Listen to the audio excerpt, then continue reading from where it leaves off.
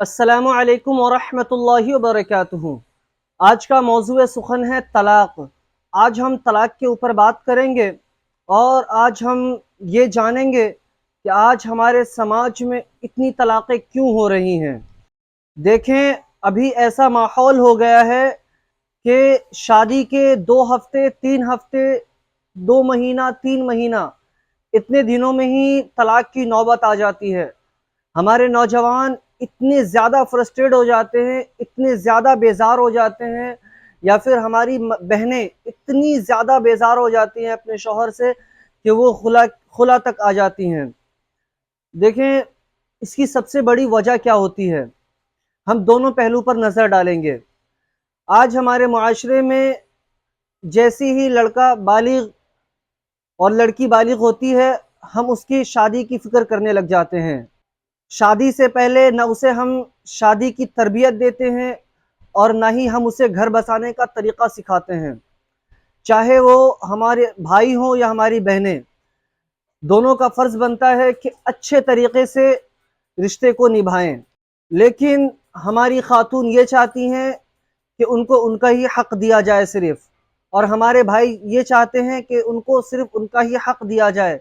मर्द को हाकिम बनाया है तो वो चाहते हैं कि उन्हें बिल्कुल हाकिम ही समझा जाए, और इसी अना में वो तलाक की नौबत तक पहुंच जाते हैं।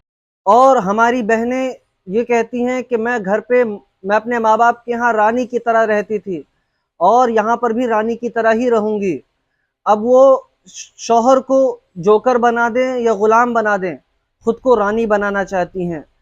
राजा बनाने के बजाय वो खुद को उसको अपना नौकर बनाती हैं और फिर चाहती हैं कि मैं उसकी रानी बनूं, जो कि मुमकिन ही नहीं, और ये भी नतीजा खुला तक पहुंच जाता है।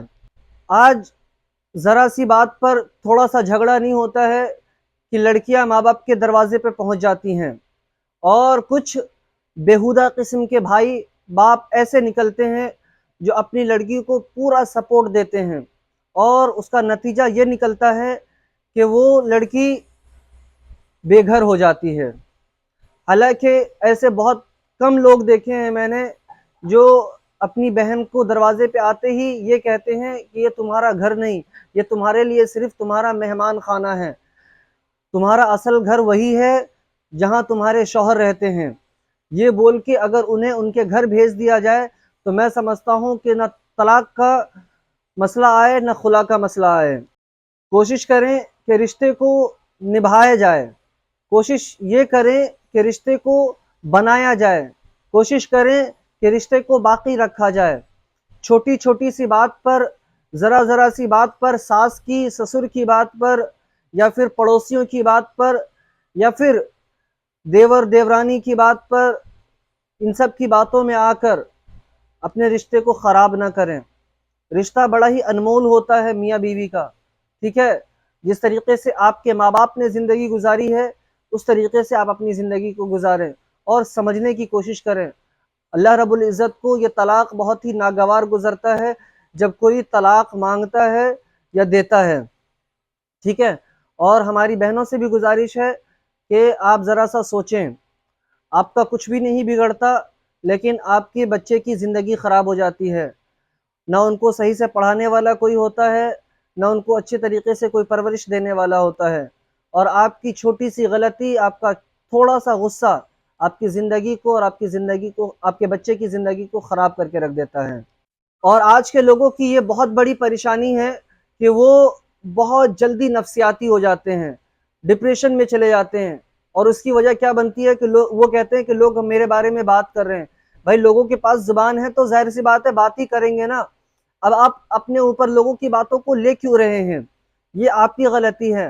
हज़रत इमाम शाफी रज़ियल्लाहु ताला अन्हु फरमाते हैं कि लोगों की बातें पत्थरों की तरह होती हैं, रोड़ों की तरह होती है। अगर आप उन्हें अपने कमर पे बांध लोगे तो आप गिर जाओगे, और उन्हीं बातों को अगर आप अपने पाँव के नीचे रख लोगे तो आपका कद बड़ा हो जाएगा। कोशिश करें कि लोगों की बातों को सुना करें जो नेगेटिव बातें होती हैं, और एक कान से सुने दूसरे से निकाल दें। दूसरों की बातों में आके अपनी ज़िंदगियां ख़राब ना करें, खुदा के वास्ते। मैं आपका अपना शालम निज़ामी, मुझे अपनी दुआ में याद रखें। अस्सलामु अलैकुम।